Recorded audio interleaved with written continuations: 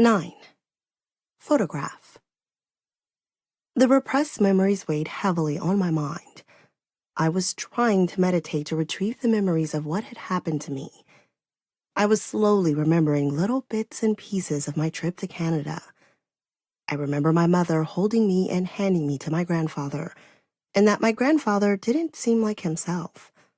At 3 years old, I was picking up a sinister type of vibe from him, possibly his energy. I was given to him so that he could put me down for a nap in one of his treatment rooms. He was a chiropractor and had the front ground level part of the house converted to a large office with smaller treatment rooms. I remembered being on the floor in that treatment room and the whole trauma of him not giving me my underwear. I remember the car ride to the lake. I was trying to be very careful not to make up things that really didn't happen. I tried dream prompts, such as, "What happened next?" I was hoping my memory would come to me in a dream. I wasn't certain how many trips to Canada we had made before I was 12, or how many trips my grandparents had made out to California. I wondered how many times I had been abused by him. I wondered what my trigger was that would result in this snippet of a memory to come to me. I had this flashback come to me for years. I had no idea what my triggers were. A friend of mine called me. He had been a confidant for the past few years, but I hadn't spoken to him in a couple of weeks. I was going to share with him all the things I was going through. I was going to tell him about the repressed memories of sexual abuse that I had just uncovered. He seemed like he needed to tell me something, so I waited to tell my story. I was not prepared to hear what he had to tell me. He told me that he had just recently uncovered his own repressed memories of being sexually abused by an uncle when he was just 4 or 5 years old. I was like, what the fuck? I asked, "Wait a minute, you are going through this right now?" He said he told his mother that he had been sexually abused as a child over the past weekend. His mother didn't dispute it with him. He said he couldn't remember the sexual act, but he does remember waking up having a sore behind and feeling as though he had been violated. Interesting that he came to me to share this with me. He too had a repressed memory, and he also denied that his memory was true. Unlike me, he didn't want to know exactly what had been done to him. I still wanted my memory. Not being able to access and recall a memory was very disturbing to me. In the hope of retrieving my memories, I went back to Lynn for another chakra healing and balancing. This time, my session was a little different. I had asked for my spirit guides, angels, archangels to accompany and protect me. I was still leery of the spiritual healing and, more importantly, the healers working on me since my experience with Reiki. Lynn worked on me for nearly an hour. I cried like the last time, but this time, I was focusing more on the sensations I was having. The energy in my forehead was still whirling around like flubber. When Lynn was done working on me, she shared with me what she had written down during the session. There wasn't as much on this piece of paper compared to the first time I went to her. One of the main things that she had written down was something with my left eye and to have it checked out. She said that when she was working on me, she felt a very sharp pain in her left eye. I do recall her working on my head and having this sensation that this energy poked her. While this energy poked her, there was a part of me that was laughing inside. It was like my subconscious laughing, or possibly something else. Consciously, I would not do such a thing. I had been suspecting that this swirling flubber was possibly my spiritual gifts wanting to manifest. I didn't want to hurt Lynn, and I did not have control over poking her in the eye at all. I wasn't in control of this energy, and I had no idea how to manage it. I sensed that my energy or spiritual gift was a mischievous jokester. Even if I didn't have my repressed memories, at least I had a new experience to share, and I thought it was a funny one. I asked my mother if I could go through all the old family photos. I was trying to piece together anything as well as trying to jog my memory. My whole body was very tense, while looking through the photos. My mother was sitting at the table with me and looking at the photos with me. I got the sense from her demeanor that she was afraid that I would find something out about her, like I was going to expose her somehow. I was able to piece together that there had been 2 different trips to Canada, one in 1973 and another in 1974. From there, I was able to determine that I was 3 years old and the abuse happened in 1973. I had looked at these photos repeatedly over the years. One of the photos was me when I was almost 2. I was standing next to a stroller that my brother Stephen was in. I have this scar on my left arm for years, and I have always debated with my mother that this scar was from me scratching at a vaccination I had gotten. She insisted that the vaccination had been on my right arm. My mother tried to convince me that my memory was incorrect every time it was brought up. In looking at that photo of me at the age of 2, I pointed out to my mother that the cotton ball and the tape on my left arm was the one from the vaccination I had gotten, and it was exactly where my scar is. In fact, my mother had a scar from a vaccination she had gotten as a child. Her scar and my scar are in the very same area, and both on her left arms. I wondered why my mother would try to convince me that my memory wasn't true, especially over something so trivial. I understand you don't remember everything that happens to your children as you grow older, but this went further than that. I physically showed her our scars were in the same place in almost the same spot on our left arms. I remember a lot of things from my childhood. I guess this was a process to show me that I did remember a lot of things. There was one time when there was a big fire in the court behind our house. I remember that there were a couple of fire trucks and I could see the roof in flames. I was little and had to stand on my bed to see out the window in the direction of the fire. I went to tell my mom. She didn't believe me and told me to go back to bed. Then my dad came into my room and looked. He went back to tell my mom that there was in fact a fire. I was 2 and scared. I don't remember either one of my parents hugging me or consoling me.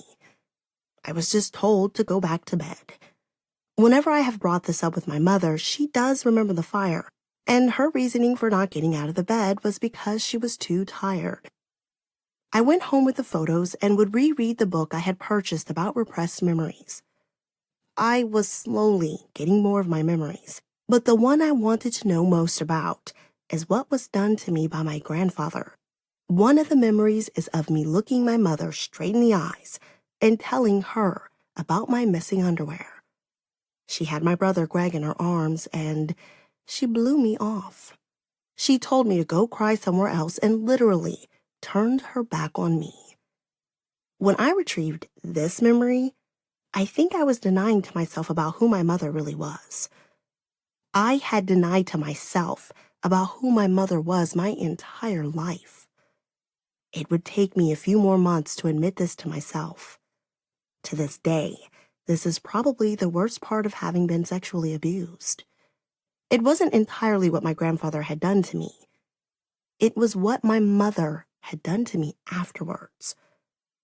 I know I was only 3 at the time, but I knew in the core of my being that my mother knew that something horrible had happened to me. I was hurting, and hurting badly internally at that moment, and needed my mommy. I needed her to hold me and love me. But I didn't get that. I felt completely abandoned by her. I think, more than anything, she couldn't process it and deal with what she suspected had happened. She made a conscious decision to ignore it and to deny to herself that it happened. She wouldn't have to deal with it. She didn't listen to me or believed me or took care of my needs. It concerns me in being a mother myself. I wonder if I had ever behaved this way with my own children. Did either of my boys suffer something traumatic that I never picked up on? There's a part of me that truly believes I wasn't that kind of mother. I know that I could detect an ear infection in my eldest son just by looking at him. My first indication was just looking into his eyes. They would be glazed. His forehead would be warm. I would ask him how he was feeling and if his ears were hurting. I would make him a doctor's appointment, and every time he would be diagnosed with an ear infection. There were a couple of glimpses of memories. One memory was of being at my aunt and uncle's cabin, which was north of Toronto. I was outside, about 3 to 5 feet from the side of the cabin, and my grandfather was closer to the cabin. I felt panicked. I shook my index finger at him to let him know that he wasn't going to get to me again, and then I ran away, probably to find safety with my brothers and cousins. At the end of the trip to the cabin, we had gone to see another aunt at her apartment in Toronto. We sat on her balcony, which was either the second or third floor. We drank soda out of these short cans that, at that age, I don't remember ever seeing short cans, and thought they were cool. I can see this inside of the apartment in my head and can recall the layout. I can remember sitting there thinking of telling my aunt what my grandfather had done to me. I was searching my 3-year-old vocabulary for words to describe what he had done. I ran dialogue through my head as to how I could tell her in hopes that she would understand me and be the one last person, the one last adult I felt I could tell this awful event to. I do remember telling her, and her reaction was not what I had hoped. I remember her telling my mom what I had told her, but I cannot remember what was said. I probably blocked that memory out of my mind, too. I am sure that at 3 years old, I was devastated. It was probably my last attempt at telling an adult before my mind had decided out of self-protection and survival to repress the memory. After reuniting with my family after 5 years, I would go out to my parents' house every now and then. I was starting to notice that my mother would make some snide remarks to me. I really can't think of the actual words she said or what they were about, but those words hurt me. My immediate innate reaction was to ignore what she said. As I noticed this behavior in her and how I was responding to her, I started to pay closer attention to what was being said and how I was reacting to it. One evening, I had some time before my bunco group was meeting, so I stopped by to say hi. We were out in the single detached garage where the tractor was stored. My mother and brother Greg were sitting next to each other, and I declined to sit. I'm not sure how the conversation turned to sexual abuse, but Greg said, "We have all been sexually abused at one time or another." Greg said, if you think about it, we have all been sexually abused, whether in this lifetime or a past lifetime. My mother agreed with him. I was absolutely shocked at what was just said, and I didn't completely absorb what they were doing at the time. It wasn't so much what they were saying to me. I felt it was more of the effect that they didn't want to address my feelings and how I felt about what happened to me. I felt like they were discounting what had happened to me. They were discounting my feelings and what I was going through. I looked at them both, and the one thing I thought was that my mother always went along with whatever Greg said, believed what Greg said, and praised Greg relentlessly.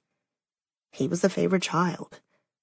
That's not just my opinion or my observation of the relationship between my mother and my brother. My husband had made that observation and had indicated that is what he thought. My half-sister Tara recently told me that she had the same impression. I think I've always known this, but never wanted to admit it to myself. Regardless of Greg being the favored child, my mother and brother weren't being empathetic, sympathetic, or caring toward me about the abuse I had suffered. It was as if they just wanted to diminish my experiences. These were my family members who were behaving this way toward me. They were the people who were supposed to love, care for, support, protect, and help me. I think that not having been in contact with my family for 5 years really helped me step back a little and evaluate what had probably been going on all my life. One of the reasons I had stopped talking with my family was over me hounding my mother to get my brother Greg help. I hadn't seen who my brother Greg really was until I was trying to help him get joint custody of his daughter. In the child custody court order, it had required him to go to Narcotics Anonymous meetings. He still needed to attend the meetings. He didn't want to go alone, so I agreed to go with him. I was picking him up, attending the meetings, and then dropping him off. In doing all of this with him, I was getting to know who my brother Greg was. He felt at ease talking to me and started telling me these things he was experiencing. He told me that he thought that groups of people were following him and tracking him. He thought that these groups of people communicated with each other with their car headlights during the day about his whereabouts. He said that they would sneak into his house and move or take things. He said that they would make noises and get his attention. He thought everybody was out to get him. He also thought that these people could read his mind. I also saw that my brother had taped foil on a small folding table, the back of his door, and part of a wall behind a dresser in his room. I was having a hard time seeing what my brother was going through. I was seeing that it was a struggle for him with all these things going through his head. I imagined myself living like he was, and it was just horrible to think about the torment he was going through. Greg was living with my parents at this time, and one weekend, my parents had gone out of town. I was going to drop by and check on Greg while they were out of town. For some reason, I didn't make it there.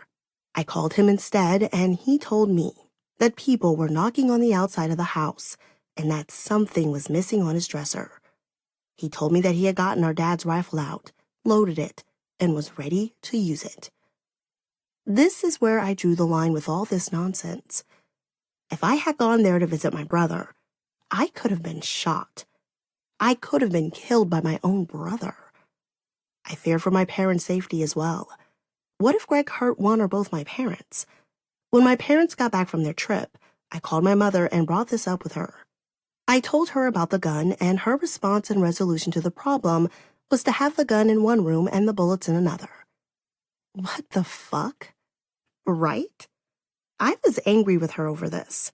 This wasn't going to solve the problem. I looked for outside resources to possibly help my brother.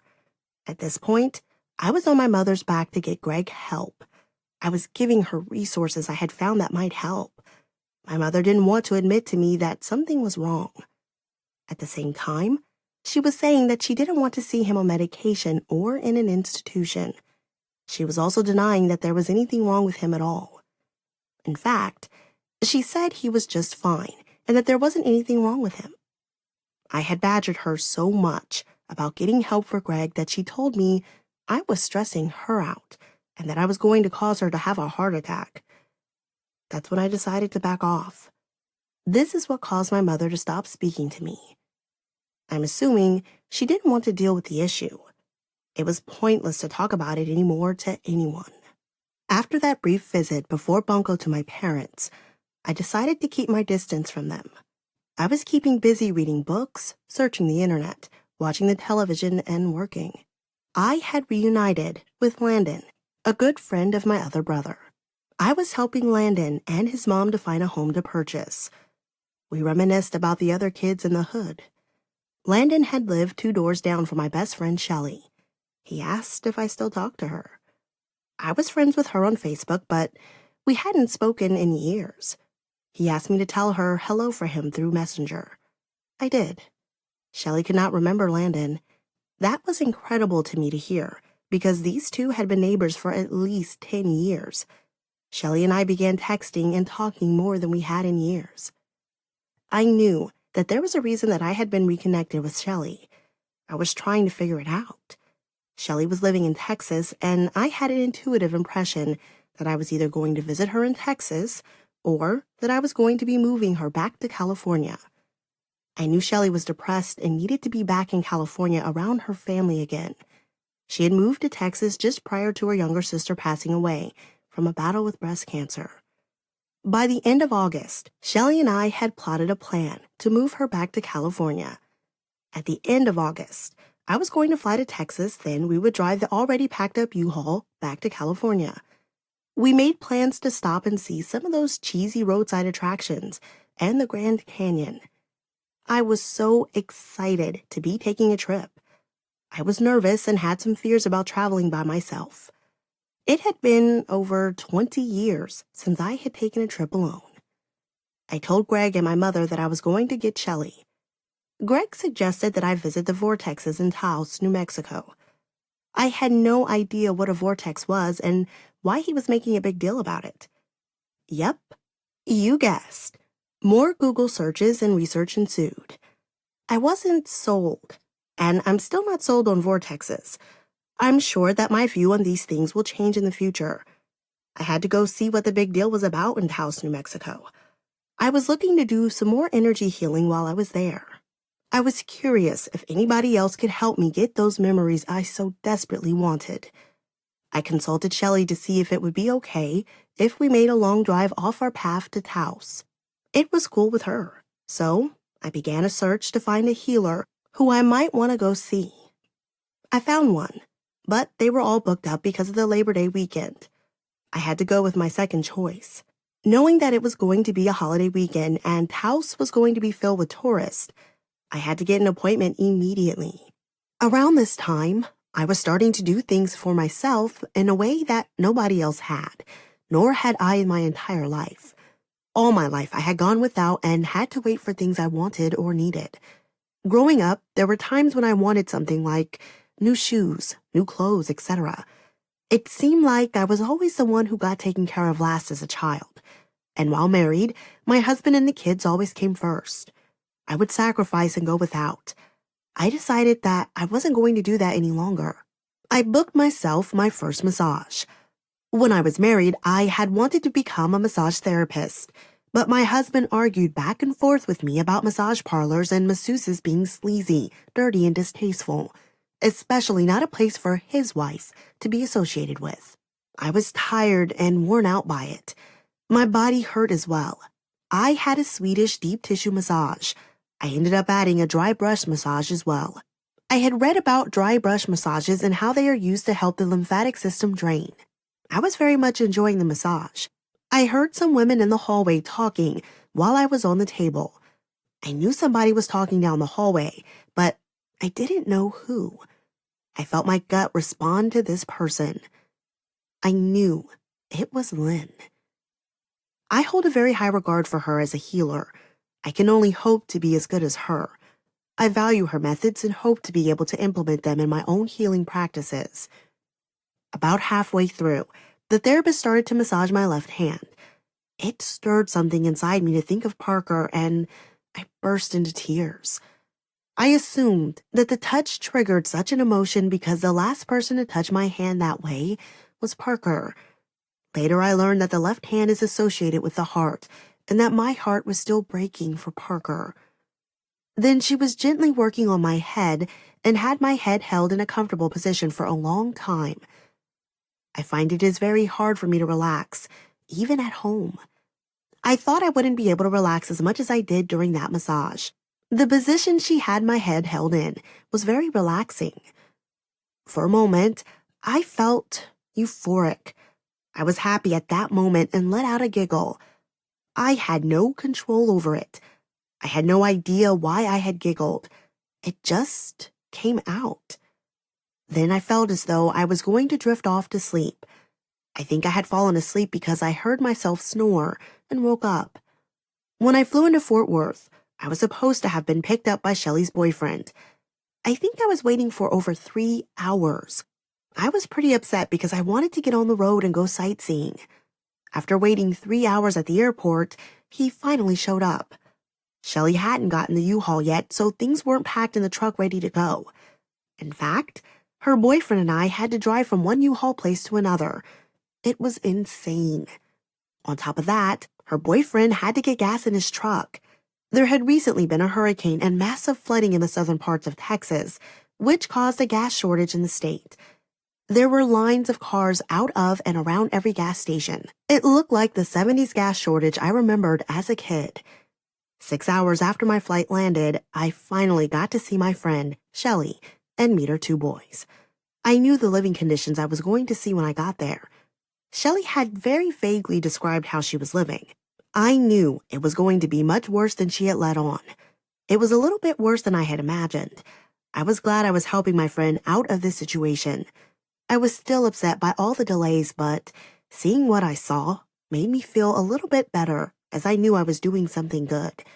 I had a feeling that I was meant to do this and somehow I would gain something from the experience, or that maybe I needed to have Shelly in my life again for some reason. By 9 in the evening, the U-Haul was packed and we all were tired and hungry. We were still in Texas and hungry. Shelly insisted that we have Whataburger. I hate it when people hype things up, so I didn't set my expectations too high on this Whataburger. It exceeded my expectations. It was rather tasty.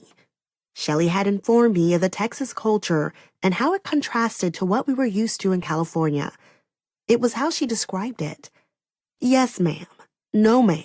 Yes, sir. No, sir. Texans are very friendly and hospitable. We ended up staying the night in a hotel not far from Whataburger. We didn't get to the border of Texas and New Mexico as we had planned to do.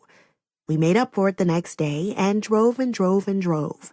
It was hot out and the U-Haul didn't have a bench seat, so the 4 of us were crammed into this 2-seater U-Haul. We also had Brody, Shelly's Sujitsu. We cracked jokes about our exes. So happens, Shelly's ex was from Texas. Isn't there a song about exes from Texas?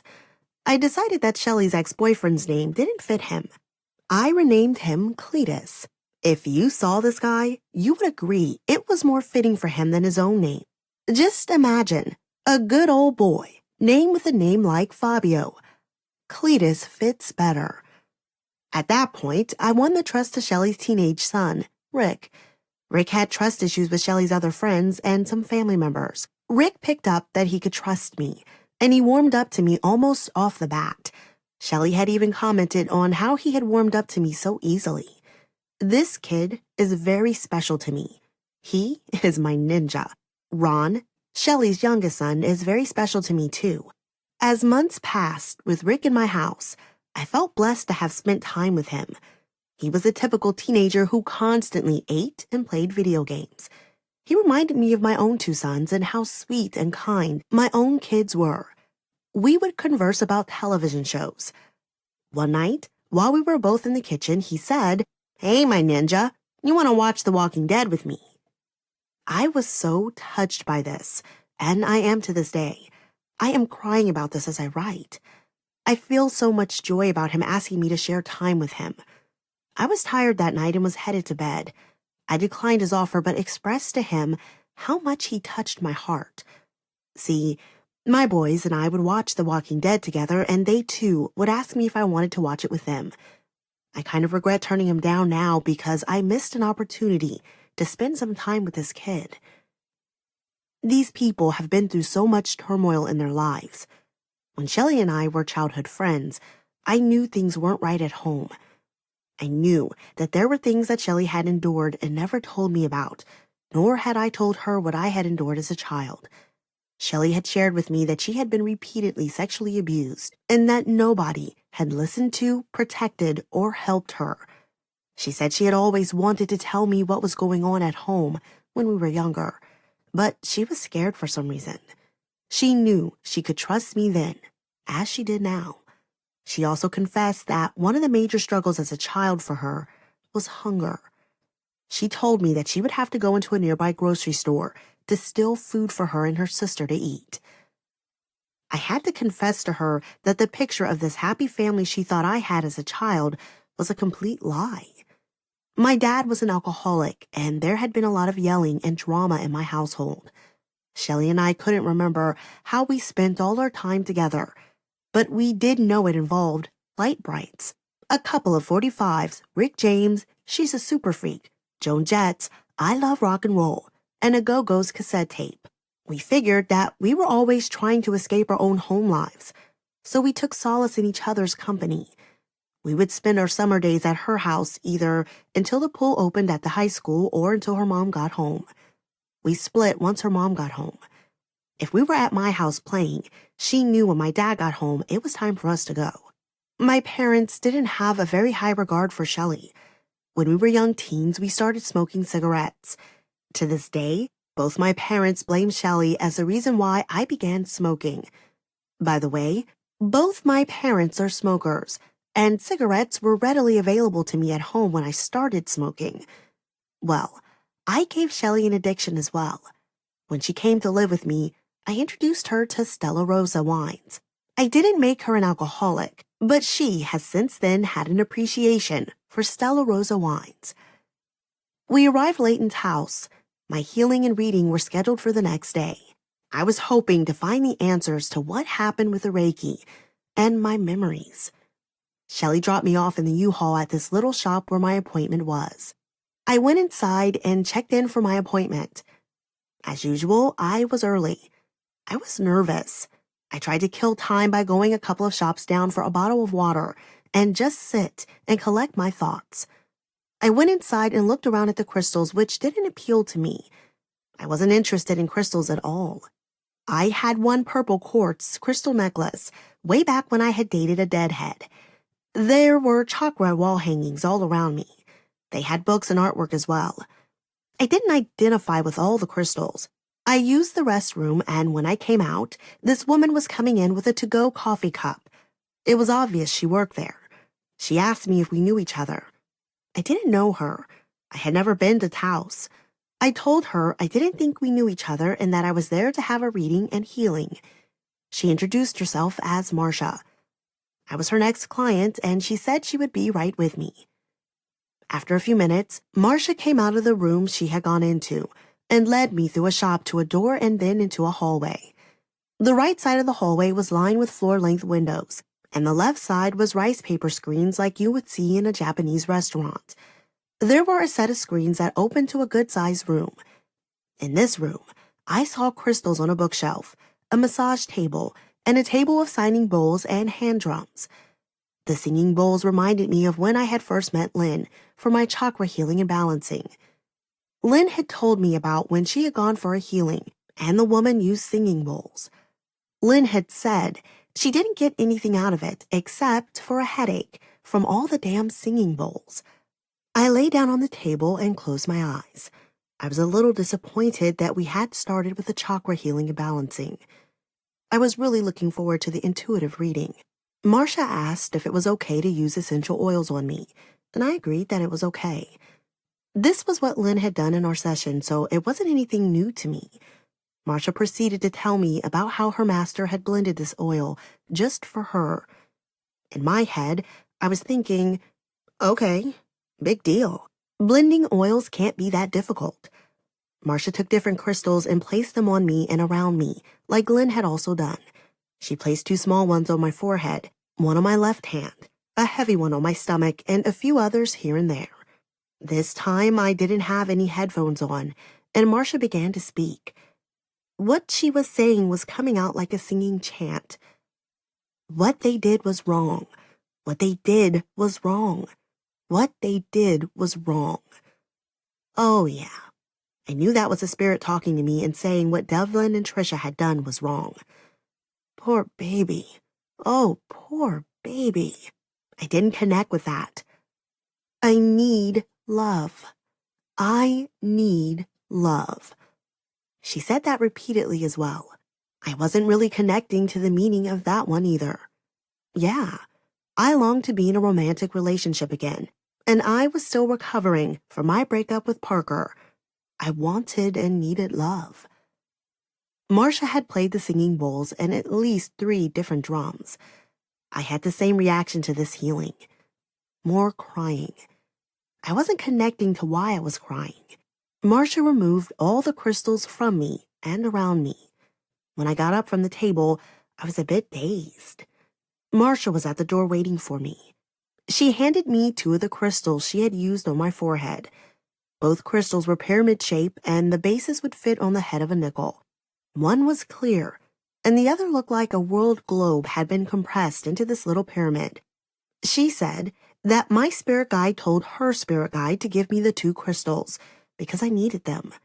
She said that they contained the record of what happened there that day. So, here I was, with 2 crystals and another new story. Marcia led me out of the room and down the hallway to another room. She took a seat on the floor, behind a low rectangular table. I sat down across from her. I saw tarot cards on the table and wondered if that was included in my intuitive reading.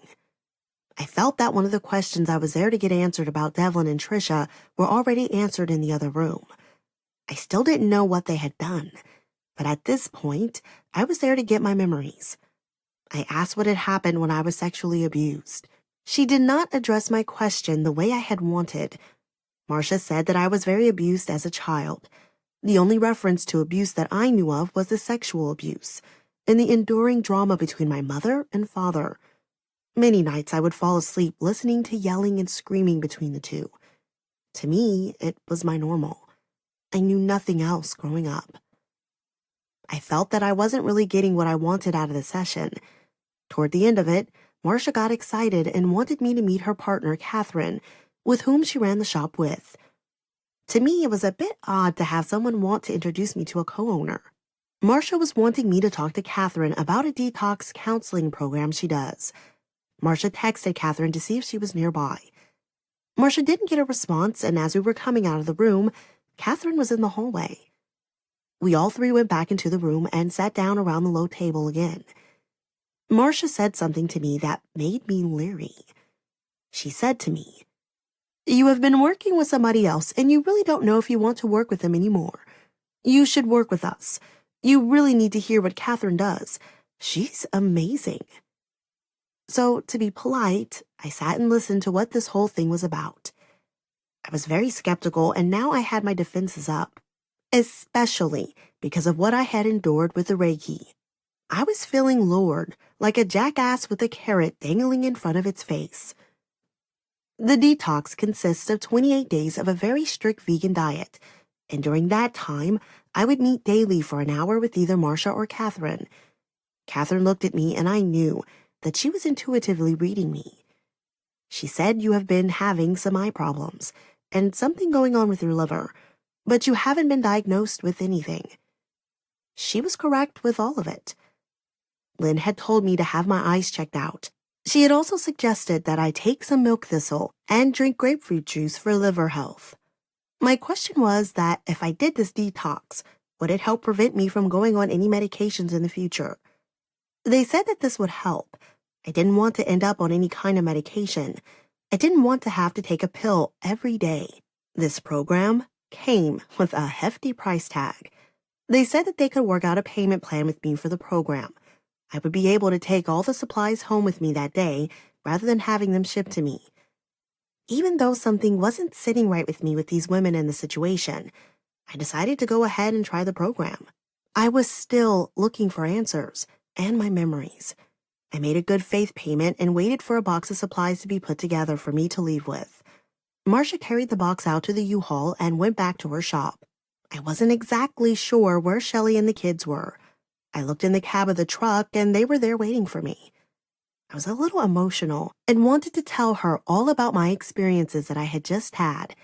Shelley told me that something had come over her while she was walking around.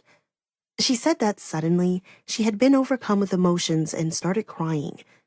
It was something that Shelley had never experienced before in her life.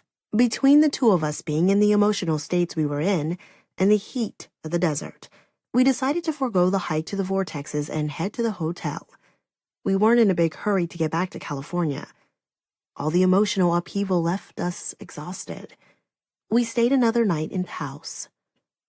We made it back to California, skipping all the sightseeing we had planned, with the last leg of the trip being a long 15-hour drive. Chaos seemed to have been unleashed from the depths of God knows where. Shelley had managed to misplace the last few $100s she had to her name, as well as a padlock key for the U-Haul. The first hour or so upon arriving home was spent retracting our steps at the stops we had made. What made it more confusing was that there had been a power outage in an area we had tried to stop for gas. We had taken several exits and couldn't remember which exit we had taken and exactly where we had stopped and got gas. My mother had called me, and I was updating her on my adventures. Out of the blue, she began talking shit about Shelley and was making it very clear that she didn't care for Shelley. She was telling me how to approach having Shelley in my home. She warned me of the consequences of doing what I was doing. She was crossing a line with me, and I became unglued. I was angry. I told her it wasn't up to her what I did or how I did it. If there were repercussions for my generosity in the end, then that would be on me, and I would have to deal with it, not her. I questioned if she did not trust me or my judgment. I was an adult, and she was telling me how to live my life. I had been a little hurt over the prior few weeks that my mother hadn't come to my house to visit me. She had never seen my house. I had asked repeatedly but wasn't forceful in my request. I asked her why she hadn't come to my house. She said she was in pain. That was the first that I heard that she was in any kind of pain. She had only said that she had pains that came with getting older. I took it as an excuse because I felt that if it were my brother Greg asking her to come to visit, she would have. I even expressed this to her. Her response said it all. You know, Julie, we have different relationships with each one of our children.